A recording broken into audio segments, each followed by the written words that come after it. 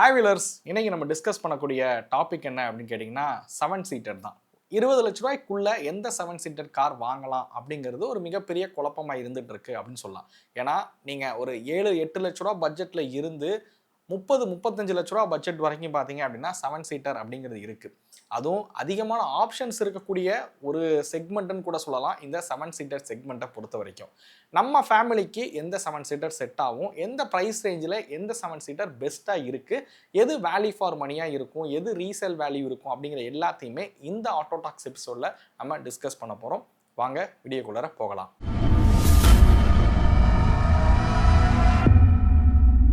First இந்த 10 லட்ச ரூபாய்க்கு உள்ள இருக்கக்கூடிய 7 சீட்டர் அப்படிங்கிறது எடுத்துப்போம். ஆக்சுவலாக நம்ம முன்னாடி பாட்காஸ்ட்லாம் பண்ணும்போது 5 லட்ச ரூபாய்க்குள்ள எந்த 7 சீட்டர் வாங்கலான்றதெல்லாம் பேசியிருக்கோம். ஒரு 3-4 வருஷங்களுக்கு முன்னாடியே நம்ம இந்த மாதிரி 7 சீட்டரை பற்றிலாம் பேசியிருக்கோம். அப்போ பார்த்தீங்கன்னா அந்த 5 லட்ச ரூபாய்க்குள்ளேயும் பார்த்தீங்கன்னா ஒரு சில ஆப்ஷன்ஸ்லாம் வந்து இருந்துச்சு. 5ன்னு இல்லை, ஒரு 6.5 லட்ச ரூபா பட்ஜெட் எல்லாம் வந்து இருந்துச்சு. பட் இன்னைய கேட்டகரிக்கு எடுத்துக்கிட்டிங்கன்னா 10 லட்ச ரூபாய்க்குள்ளே இருக்கக்கூடிய ஒரு 7 சீட்டர் ஆப்ஷன்ஸ் என்ன, எந்தெந்த கார் 7 சீட்டடாக இருக்குது அப்படின்னு எடுத்துக்கிட்டோம்னா மாருதியோட ஈக்கோ வந்து குறிப்பிடலாம். மாருதி ஈக்கோ சொல்கிறீங்க, அப்போ டாடா ஏஸில் வந்து மேஜிக்னு ஒரு மாடல் இருக்கே ப்ரோ, அதுவுமே ஒரு 7 சீட்டர் தானே, இதுவும் ஒரு வேன் செக்மெண்ட் தான், அதுவும் ஒரு வேன் செக்மெண்ட் தான் அப்படின்னு நீங்கள் வந்து கேட்பீங்க. பட் ஏன் இதில் நான் மேஜிக், விங்கர், அதுக்கப்புறம் இந்த டாக்ஸ் க்ரூஸ், அதாவது ஃபோர்ஸோட டாக்ஸ் க்ரூஸ் மாதிரியான வெஹிக்கிளை சேர்க்கலை அப்படின்னா பர்சனல் பயன்பாட்டுக்கு எடுக்கக்கூடிய வெஹிக்கிளாக தான் நம்ம இந்த லிஸ்ட்டை ஃபுல்லாமே வந்து ப்ரிப்பேர் பண்ணியிருக்கோம். அண்ட் இதில் நம்ம சொல்லக்கூடிய ப்ரைஸிங் அப்படிங்கிறது அப்ராக்சிமேட் ஆன் ரோட் காஸ்ட் தான். நான் சொல்கிற வேல்யூவில் இருந்து ஒரு 15,000-20,000 கூடவோ குறைச்சலோ இருக்கும். எனக்கு தெரிஞ்சு அதிகமாக வாய்ப்புகள் குறைவு தான், பட் கம்மியாகிறதுக்கான வாய்ப்புகள் அதிகமாக இருக்குது. ஏன்னா இன்சூரன்ஸ், அந்த மாதம் வரக்கூடிய டிஸ்கவுண்ட்ஸ் அப்படிலாம் பார்க்கும்போது நான் சொல்கிற வேல்யூவோட கொஞ்சம் உங்களுக்கு வந்து ப்ரைஸுங்கிறது கம்மியாகவே கிடைக்கிறதுக்கான வாய்ப்பு அப்படிங்கிறது அதிகமாகவே இருக்குது. எனிவே இந்த 10 லட்ச ரூபாய்க்குள்ள எந்தெந்த எம்பிவிஸ் இருக்குது, என்னென்ன 7 சீட்டர் இருக்குது அப்படின்னு கேட்டிங்கன்னா முதல்ல வந்து மாருதியோட ஈக்கோ வந்து குறிப்பிடலாம். இந்த ஈக்கோ பார்த்தீங்க அப்படின்னா ஒரு 6.7 லட்ச ரூபா பட்ஜெட்டில் இருந்து 8.5 லட்ச ரூபா பட்ஜெட்குள்ளே இருக்கக்கூடிய ஒரு வெஹிக்கிள் அப்படின்னு சொல்லுவேன். அடுத்ததாக ரெனோ ட்ரைபர், அதே மாதிரி மறு வச்சு இருக்கக்கூடிய நிசானோட கிராவைட்டை வந்து குறிப்பிடலாம். இந்த 3 மாடல்கள் பார்த்தீங்க அப்படின்னா அந்த 10 லட்ச ரூபாய்க்குள்ள ஆன் ரோட் விலையில் உங்களால் வந்து ஒரு 7 சீட்டட் காராக வந்து வாங்க முடியும். இந்த 10 லட்ச ரூபா தான் உங்கள் பிளான் அப்படின்னா இந்த 3த்தில் எதை வாங்குறது பெட்டராக இருக்கும் அப்படிங்கிற ஒரு கேள்வி வரும். நான் ஃபஸ்ட்டு இந்த ஈக்கோ பற்றி நான் வந்து சொல்லிடுறேன். இது வந்து ஒரு 6.7 லேக்ஸில் இருந்து 8.5 லேக்ஸ்க்குள்ளே ஆன் ரோட் காஸ்ட்குள்ளே வரக்கூடிய ஒரு மாடல் தான். பெருசாக வேரியண்ட் அது இதுன்னெலாம் இதில் வந்து இருக்காது. 5 சீட்டட், அதாவது ஸ்டாண்டர்ட் 5 சீட்டட், அதுக்கப்புறம் ஸ்டாண்டர்ட் 6 சீட்டட் அப்படிங்கிற மாடல் தான் வந்து இருக்கும். இதில் பவர் ஸ்டியரிங் கூட பார்த்தீங்க அப்படின்னா இருக்காது. பட் இப்போ இருந்த அந்த 6 ஏர் பேக் அப்டேட்லாம் கொடுக்கும்போது இந்த ஈக்கோவுக்கும் 6 ஏர் பேக் கொடுத்தது ஒரு பாராட்டக்கூடிய விஷயம் அப்படின்னு சொல்லலாம். மாருதியை பொறுத்த வரைக்கும் 6 ஏர் பேக்லாம் இருந்தாலும் பெரிய சேஃபஸ்டான கார் அப்படின்னு இந்த காரை கண்டிப்பாக குறிப்பிடவே முடியாது. ஏபிஎஸ் கொடுத்துருக்காங்க, இபிடி கொடுத்துருக்காங்க, ஹில் ஸ்டார்ட் அசிஸ்ட் மாதிரியான ஃபீச்சர்லாம் இந்த காரில் வந்து இருக்குதான். பட் இந்த காரை பொறுத்த வரைக்கும் ஒரு மல்டிபிள் பர்பஸ்க்காக பயன்படுத்தக்கூடிய நபராக இருக்கீங்க. ஐ மீன் நீங்கள் ஒரு கமர்ஷியலாக வந்து ஒரு டெக்ஸ்டைல் கம்பெனி வந்து வச்சுருக்கீங்க, இல்லை ஒரு மளிகை கடை வச்சுருக்கீங்க, ஒரு கேட்ரிங் பிஸ்னஸ் வந்து பண்ணுறீங்க. எனக்கு என் ஃபேமிலியோட ட்ராவல் பண்ணுறதுக்கும் ஒரு காராகவும் அது இருக்கணும், என்னோட பிஸ்னஸ் பர்பஸ்க்கு அந்த காரை நான் பயன்படுத்திக்கணும், அது மாதிரியான வெஹிக்கிளாக வேணும்னு நினச்சிங்கன்னா மட்டும் இந்த ஈக்கோவுக்கு வந்து வாங்க அப்படின்னு சொல்லுவேன். அதை தவிர வேறு பெட்டர் ஆப்ஷன் அப்படின்னு பார்த்தீங்கன்னா நீங்கள் வந்து ட்ரைபரோ இல்லை கிராவைட்டோ போகிறது தான் ஒரு பெட்டர் வேல்யூ ஃபார் மணியாக இருக்கும். இப்போ இந்த ட்ரைபர் போகலாமா, கிராவைட் போகலாமாங்கிற ஒரு கேள்வி சமீப காலமாக பார்த்தீங்கன்னா நிறைய பேர் வந்து கேட்குற கேள்வியாக இருந்துகிட்ருக்கு. இந்த 2 காரும் பார்த்தீங்க அப்படின்னா ஒரே கார் தான். அதாவது இன்ஜினாக இருக்கட்டும், பிளாட்ஃபார்மாக இருக்கட்டும், டிசைனாக இருக்கட்டும், கம்ஃபோர்ட்டாக இருக்கட்டும், எல்லாமே இந்த கார், இந்த 2மே வந்து ஒரே கார் தான். மாருதியில் நம்ம வந்து பார்ப்போம்ல, பலினோ, கிளான்ஸா, இந்த மாதிரி. அது மாதிரி தான் ரெனோவில் எடுத்துக்கிட்டிங்கன்னா ட்ரைபராகவும், நிசானில் எடுத்துக்கிட்டிங்கன்னா கிராவைட்டாகவும் இருக்கும். ட்ரைபருக்கும் கிராவைட்டுக்கும் உள்ள வித்தியாசம்னு எடுத்துக்கிட்டிங்கன்னா சின்ன சின்ன காஸ்மெட்டிக் சேஞ்சஸ் தான் வந்து வித்தியாசப்படுத்தியிருக்காங்கன்னு சொல்லலாம். சின்ன சின்ன ஃபீச்சர் மாற்றங்கள் வந்து வித்தியாசமாக இருக்குது. பட் ட்ரைபரை விட உங்களுக்கு ஒரு 5,000 6,000 ரூபா எக்ஷோரூம் விலையில் ஆன் ரோடு எடுத்துக்கிட்டிங்கன்னா ஒரு 15,000 18,000 ரூபா வரைக்கும் ஆன் ரோட் காஸ்ட் பார்த்தீங்க அப்படின்னா கிராவைட்டுங்கிறது கம்மியாக இருக்கிற வகையில் தான் வந்து அறிமுகப்படுத்தியிருக்காங்க. பட் என்னையை பொறுத்த வரைக்கும் நீங்கள் ரெனோ ட்ரைபர் போகிறது பெட்டர் ஆப்ஷன் அப்படின்னு சொல்லுவேன். அதுக்கான முக்கியமான காரணம் என்ன அப்படின்னு கேட்டிங்கன்னா நிசானோட கிராவைட்டோட விற்பனையை காட்டிலும் ரெனோ ட்ரைபரோட விற்பனைங்கிறது அதிகமாக இருக்குது. ஸோ ஃப்யூச்சரில் ரீசேல் வேல்யூ அப்படிங்கிறதும் ரெனோ ட்ரைபருக்கு மேபி இந்த நிசான் கிராவைட்டை விட அதிகமான ரீசேல் வேல்யூ அப்படிங்கிறது கிடைக்கும். நிசானோட சேல்ஸ் அண்ட் சர்வீஸ் சென்டரை காட்டிலும் இங்கே ரெனோவோட சேல்ஸ் அண்ட் சர்வீஸ் சென்டருங்கிறது அதிகமாகவே இருக்குது அப்படின்னு சொல்லலாம். ஸோ இந்த காரணத்துக்காக தான் நான் சொல்கிறேன், ஒரு 15,000 20,000 கூடுதலாக போட்டாலும் பரவாயில்ல, நீங்கள் ரெனோ ட்ரைபரை ப்ரிஃபர் பண்ணுறது ஒரு பெட்டர் ஆப்ஷனாக இருக்கும் அப்படிங்கிறது. ரெனோ ட்ரைபர் போகிறீங்க அப்படின்னும் போது இது ஒரு சப் 4 மீட்டர் செக்மெண்ட்டில் வரக்கூடிய ஒரு கார் தான். இதில் பார்த்தீங்க அப்படின்னா உங்களுக்கு வந்து ப்ராப்பர் ஒரு 7 சீட்டட் கார் அப்படின்னு நம்ம சொல்ல முடியாது. பட் சிறிது தூரம் பயணிக்கிறதுக்கு 7 பேர் பெரியவங்களும் இந்த காரில் வந்து உட்காந்து பயணிக்க முடியும். ரெனோ ட்ரைபரில் 7 பேர் ட்ராவல் பண்ண வீடியோஸ்லாம் வந்து இருக்குது. நீங்கள் வந்து அதை நீங்கள் போய் செக் பண்ணி பார்த்தீங்கன்னா எந்த லெவலில் 3rd row சீட் கம்ஃபர்ட் இருக்குது அப்படிங்கிறத பார்க்க முடியும். என்னைய மாதிரி ஒரு ஆளும் உட்காந்து அதில் போக முடியும். பட் ரொம்ப கம்ஃபர்டபுளாக இருக்குமான்னு கேட்டால் கண்டிப்பாக கிடையாது அப்படின்னு சொல்லுவேன். ஏதோ ஒரு ஷார்ட் டிஸ்டன்ஸ், நீங்கள் வீட்டில் வந்து ஒரு 5 பேர் இருக்கீங்க, எப்போயாச்சும் வந்து ஒரு 2 பேர் எக்ஸ்ட்ராவாக வராங்கன்னா அவங்கள கூட்டிகிட்டு போகிறதுக்கும் காரில் ஸ்பேஸ் இருக்கணும்னு நினச்சிங்க அப்படின்னா நீங்கள் இந்த காரை வந்து ப்ரிஃபர் பண்ணலாம் அப்படின்னு நான் சொல்லுவேன். இதே நீங்கள் அந்த சீட்டை ஃபோல்டு பண்ணுறீங்கன்னும் போது ஒரு மேசிவான பூட் ஸ்பேஸ் கிடைக்கும். அண்ட் 2nd row சீட் பார்த்தீங்க அப்படின்னா ரிக்ளைனிங் ஃபங்க்ஷன்லாம் இருக்கிறனால ஒரு கம்ஃபர்டபுளான ஒரு 5 சீட்டட் காராகவும் இந்த கார் இருக்கும் அப்படின்னு நான் சொல்லுவேன். இதில் ஒரு 999 சிசி கொண்ட இன்ஜின் கொடுத்துருக்காங்க. 72 PS பவரும் 96 Nm ஆஃப் டார்க் வந்து ப்ரொடியூஸ் பண்ணுற வகையில் வந்து உருவாக்கியிருக்காங்க. அதிகபட்சமாக ஒரு 15லேருந்து 17 கிலோமீட்டருங்கிறது ஆவரேஜாக இந்த வெஹிக்கிள் கொடுக்கக்கூடிய மைலேஜாக இருக்கும். ஸோ இது வந்து நான் வந்து ஆவரேஜாக தான் வந்து குறிப்பிடுறேன். ஒரு 15லேருந்து 17 கிலோமீட்டர் இந்த வெஹிக்கிள் மைலேஜ் அப்படிங்கிறது கொடுக்கும். ஸோ ரெனோ ட்ரைபரோட ப்ரைஸிங்னு எடுத்துக்கிட்டிங்கன்னா ஒரு 7 லட்ச ரூபா ஆன்ரோட் விலையில் இருந்து ஒரு 10,30,000 ஆன்ரோட் விலை வரைக்கும் வரும். நீங்கள் ஒரு மிடில் மாடல் போகிறீங்க அப்படின்னும் போது ஒரு 8.5 லட்ச ரூபா 8.25 லட்ச ரூபா ஆன்ரோட் காஸ்ட்டுக்கே இந்த காரை வந்து வாங்க முடியும். இந்த வெஹிக்கிளோட மைனஸ் அப்படின்னு எடுத்துக்கிட்டிங்கன்னா இந்த இன்ஜினை வந்து குறிப்பிடலாம். ஏன்னா இதில் ஒரு 1000 சிசி கொண்ட இன்ஜின் தான் வந்து பயன்படுத்தியிருக்காங்க. 7 பேர் பயணிக்கும் போது நார்மல் ரோட்ஸில் ஓகே, இதே ஒரு ஹில்ஸ் மாதிரியான இடங்களில் வந்து ஓட்டுறீங்கன்னும் போது அதுக்கு தகுந்த மாதிரி பிளான் பண்ணி தான் இந்த காரை டிரைவ் பண்ணுற மாதிரி இருக்கும்.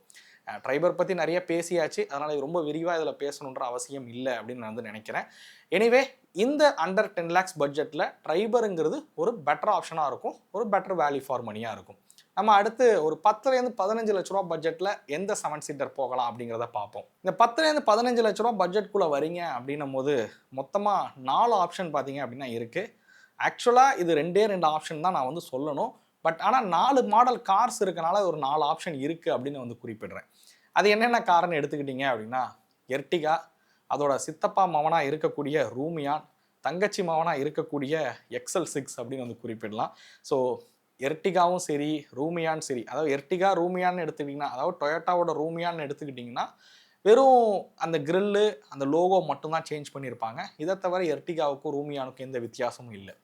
எர்டிகாவா XL6ஆன்னு கேட்டிங்க அப்படின்னா XL6ஓட அந்த டிசைன் பார்த்தீங்கன்னா கொஞ்சம் அந்த எஸ்யூவி மாதிரியான ஒரு தோற்றத்தை வந்து அந்த வெஹிக்கிளுக்கு கொடுக்கணுன்றதுக்காண்டி அந்த LED ஹெட்லைட்ஸ் மாதிரியான செட்டப்லாம் வந்து பண்ணியிருப்பாங்க.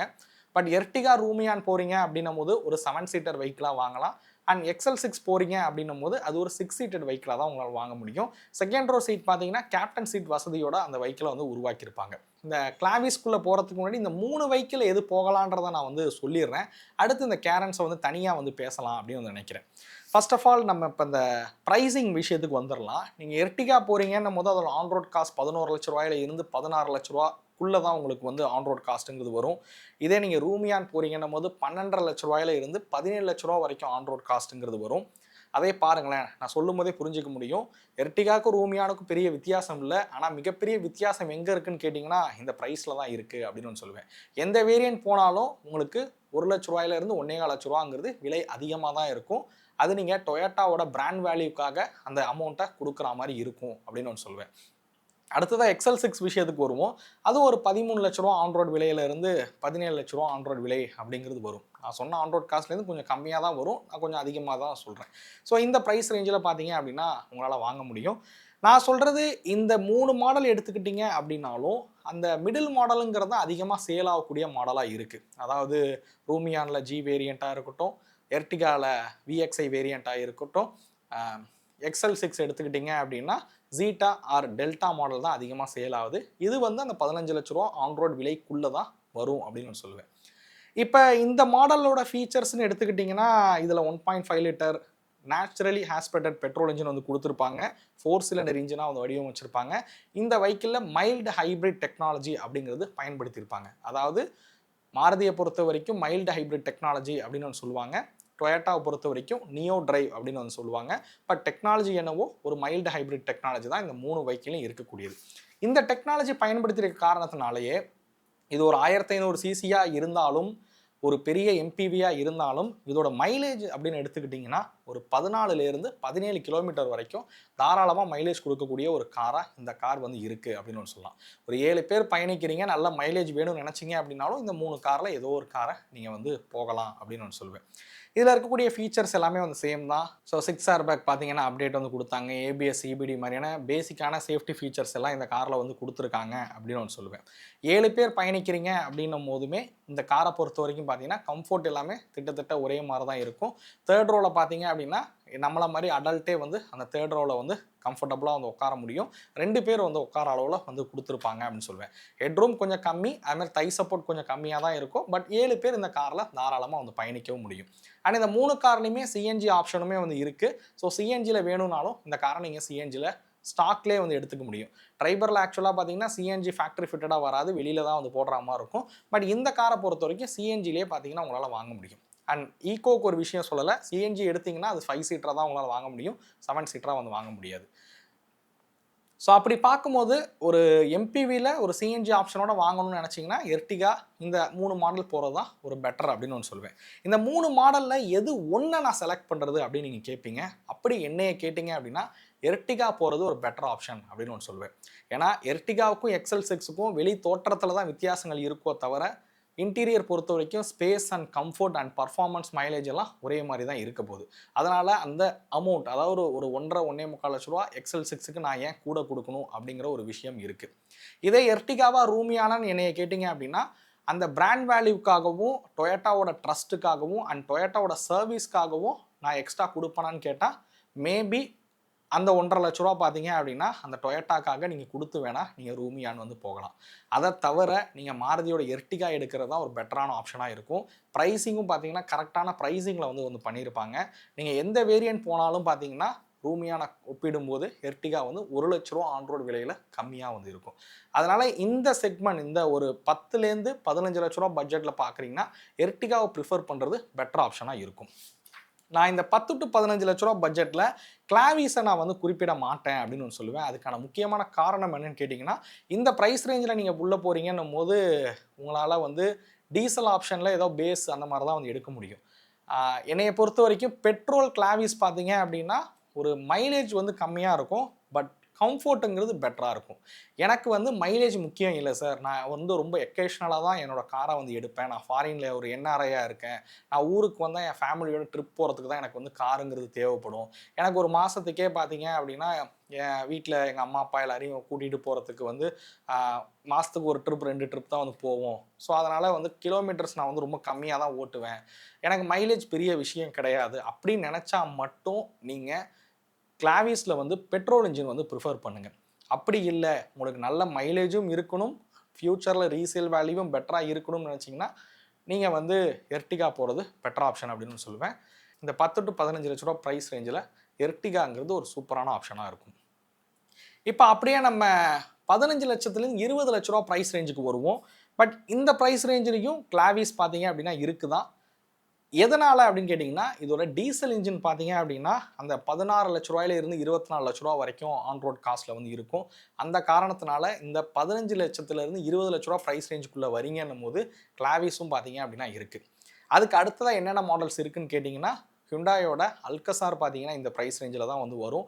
அதுவும் உங்களுக்கு வந்து அந்த 16 லட்சத்தில் இருந்து 22-23 லட்ச ரூபா வரைக்கும் ஆன்ரோட் விலை வரைக்கும் இருக்குது. அடுத்ததாக பார்த்தீங்கன்னா மகேந்திராவோட 7XO பார்த்தீங்க அப்படின்னா பேஸ் மாடலாக இருக்கக்கூடிய ஏஎக்ஸும் பார்த்தீங்கன்னா இந்த ப்ரைஸ் ரேஞ்சில் தான் வந்து உங்களுக்கு வரும். பெட்ரோல் போகிறீங்க அப்படின்னும் போது ஒரு 18 to 19 லட்ச ரூபா விலையிலையும், டீசல் போகிறீங்கன்னும் போது 20-20 அந்த ரேஞ்சில் ப்ரைஸ் ரேஞ்சில் வந்து இருக்கும். ஸ்கார்பியோ N பார்க்குறீங்க அப்படின்ற பட்சத்தில் அதோட பேஸ் மாடலான N2 டீசல், அதேமாதிரி N4 பெட்ரோல் பார்த்தீங்கன்னா இந்த ப்ரைஸ் ரேஞ்சில் இருக்கும். இப்போ 4 வேரியன்ட் சொல்கிறீங்களே இந்த ப்ரைஸ் ரேஞ்சில் எது போகலாம் அப்படின்னு கேட்டிங்கன்னா நீங்கள் வந்து ஒரு கம்ஃபர்டபுளான ஒரு எம்பிவி பார்க்குறீங்க, டீசல் இன்ஜினாக வந்து இருக்கணும், எனக்கு நல்ல மைலேஜ் கொடுக்கணும் அப்படின்னு எதிர்பார்க்குறீங்கன்னும் போது இந்த ப்ரைஸ் ரேஞ்சில் கிளாவிஸை வந்து நீங்கள் ப்ரிஃபர் பண்ணலாம். நான் கிளாவிஸோட பெட்ரோல் தான் வேணான்னு சொன்னனோ தவிர கிளாவிஸோட டீசல் நான் வாங்க வேணான்னு வந்து சொல்லலை. கிளாவிஸோட டீசல் இன்ஜின் எடுத்துக்கிட்டிங்கன்னா ஒரு 1500 சிசி கொண்ட CRDI டீசல் இன்ஜின் வந்து பயன்படுத்தியிருப்பாங்க. அதிகபட்சமாக உங்களுக்கு வந்து 114 PS பவரும் 250 Nm ஆஃப் டார்க் வந்து ப்ரொடியூஸ் பண்ணும். 6 speed manual and 6 speed AT டிரான்ஸ்மிஷனோட இந்த வெஹிக்கிளை வந்து வாங்கலாம்.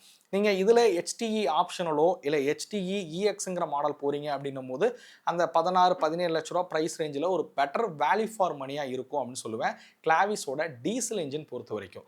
அந்த ப்ரைஸ் ரேஞ்சிலே பார்த்தீங்க அப்படின்னா நீங்கள் வந்து HTEயோட EX மாடல்லாம் போகிறீங்கன்னா அலாய் வீல் சன்ரூஃப் மாதிரியான ஃபீச்சர்ஸும் அந்த காரில் வந்து கொடுத்துருவாங்க. அந்த ப்ரைஸுக்கு அது ஒரு பெட்டரான வேல்யூ ஃபார் மணி அப்படின்னு சொல்லுவேன்.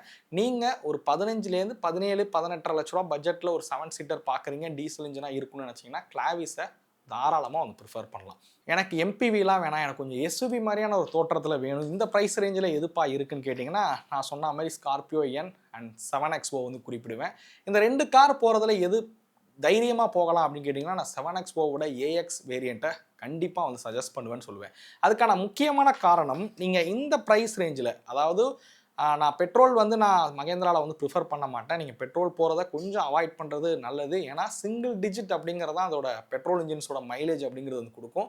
டீசல் இன்ஜின் போனீங்க அப்படின்னா 7XO பொறுத்த வரைக்கும் ஒரு 15 கிலோமீட்டர் ஆவரேஜான மைலேஜும், ஸ்கார்பியோ எண்ணை பொறுத்த வரைக்கும் ஒரு 14 கிலோமீட்டர் ஆவரேஜான டீசலுக்கு வந்து மைலேஜ் அப்படிங்கிறது கொடுக்கும். இந்த ப்ரைஸ் ரேஞ்சில் 7XOட AX7 நான் ப்ரிஃபர் பண்ணுறதுக்கான முக்கியமான காரணம் என்ன அப்படின்னு பார்த்தீங்கன்னா ஃபீச்சர்ஸ் தான் முக்கியமான காரணம்.